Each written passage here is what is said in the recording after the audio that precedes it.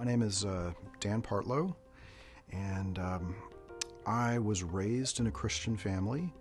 I have memories of feeling a strong commitment to Christ even at a very early age. I grew up very much like the non-Christian people around me, and so while I believed a lot of things, I didn't necessarily live my life, according to the Christian ideal, if you want to call it that. I moved out here to the New York area. I had a very long commute from Westport, Connecticut, down to Wall Street, and I didn't get to see my family very much, and that's just the situation that I was in.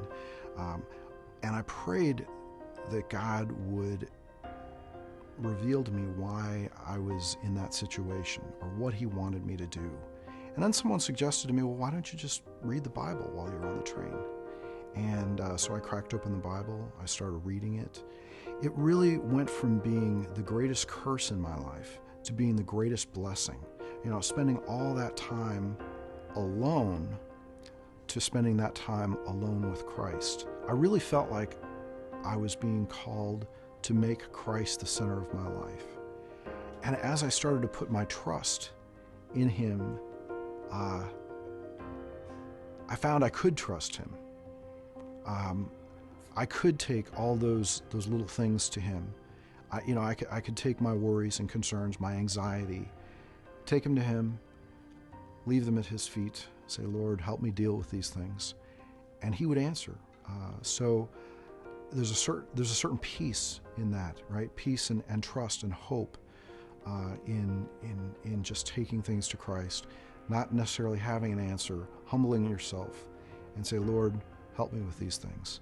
There were little sins in my life, little things that I held back and I didn't want to give up. But hearing that the Holy Spirit empowers us to have self-control was something really life-changing for me. And all those little things that I thought I was addicted to and that I had to have and I didn't want to give up, just like that, Jesus purged those from my life, and I'm free.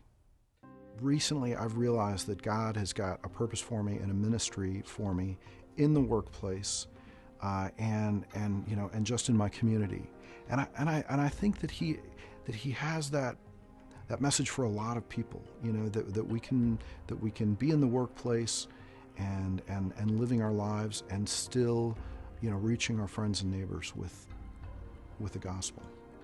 I had some friends who went to this New Canaan Society, and it's a group of Christian men who just get together to talk about life, to talk about the issues we face, whether it's issues in your marriage or issues in with work or whatever. And I really felt like that was something that was missing in my life was Christian brotherhood. And that wasn't just accident. That wasn't a coincidence that I ended up at NCS. I feel like God led me to that. And I thank God for putting me in a community of Christians where there is that kind of mutual support for each other.